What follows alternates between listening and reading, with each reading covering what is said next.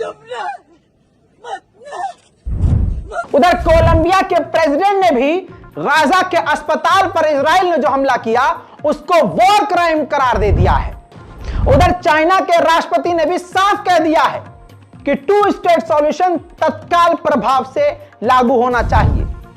उधर इजराइल ने यूएन की बिल्डिंग्स तक को नहीं छोड़ा, अब यूएन के जो स्कूल हैं गाजा के अंदर उसके करीब भी हमला किया, जिससे यूएन की बिल्डिंग को भी नुकसान पहुंचा है।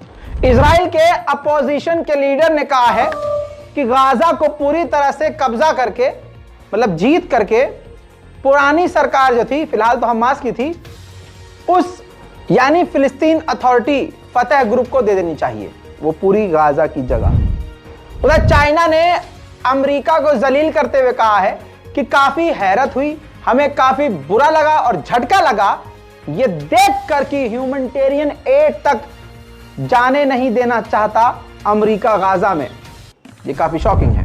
4 दिन पहले मैंने आपको खबर बताई थी कि तुर्की ने सवाल कर लिया है कि भाई साहब इजराइल के बिल्कुल करीब अमेरिका के आपके ये 2 एयरक्राफ्ट क्या कर रहे हैं, एयरक्राफ्ट कैरियर क्या मतलब है। तो अमेरिका ने अब जवाब दिया है। अमेरिका ने कहा है कि हमारे जो 2 एयरक्राफ्ट कैरियर इजराइल के बेहद करीब हैं वो अमेरिकी नागरिकों को इजराइल से निकालने के लिए है। ड्रोन का इस्तेमाल किया है, फाइटर जेट का इस्तेमाल किया है, तोप का इस्तेमाल किया है एक छोटे से गाजा पर, और उसके बाद तबाही क्या मची है देखिए।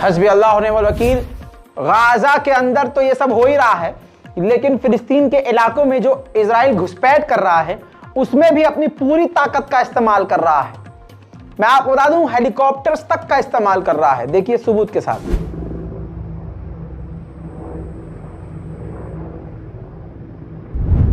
दोस्तों हमास की लगभग कमर टूट गई है। लीजिए मैं आपको क्लियर कर देता हूं, हमास के ग्रुप की ये एक बेहतरीन तस्वीर है जिसमें पूरे हमास की ताकतें हैं। आप खुद देखिए जो 4 सर्कल हैं लाल घेरे में, ये तमाम, जिसमें एक महिला है जो लाल सर्कल में है, और इनके अलावा 3 और सीनियर कमांडर हैं हमास के, जिनको इन चारों को इजराइल खत्म कर चुका है। ये सीनियर लीडर की बात कर रहा हूं। इसके अलावा जो छोटे मोटे हमास से जुड़े हुए सैनिक थे उनका भी खात्मा इजराइल कर चुका है। उधर देखिए ऋषि सुनक ने इजराइल के प्रधानमंत्री से मुलाकात करी है, नेतन्याहू से, और कहा है कि हम हर तरह से साम दाम दंड भेद हथियार पैसा हर तरह से आपके साथ हैं। शाम होते होते फिलिस्तीन के वेस्ट बैंक के इलाके में इजराइल और फिलिस्तीनियों के बीच फिर से रोज की तरह झड़प होना शुरू हो गई।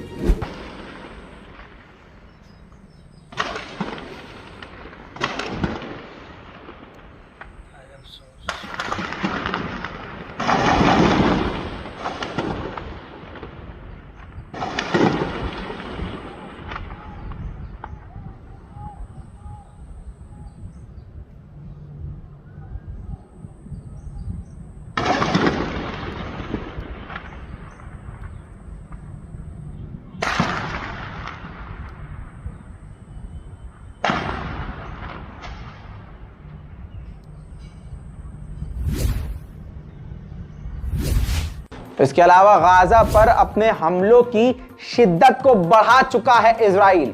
कैसे, मैं आपको सबूत से ही दिखाऊंगा। देखिए सीसीटीवी फुटेज।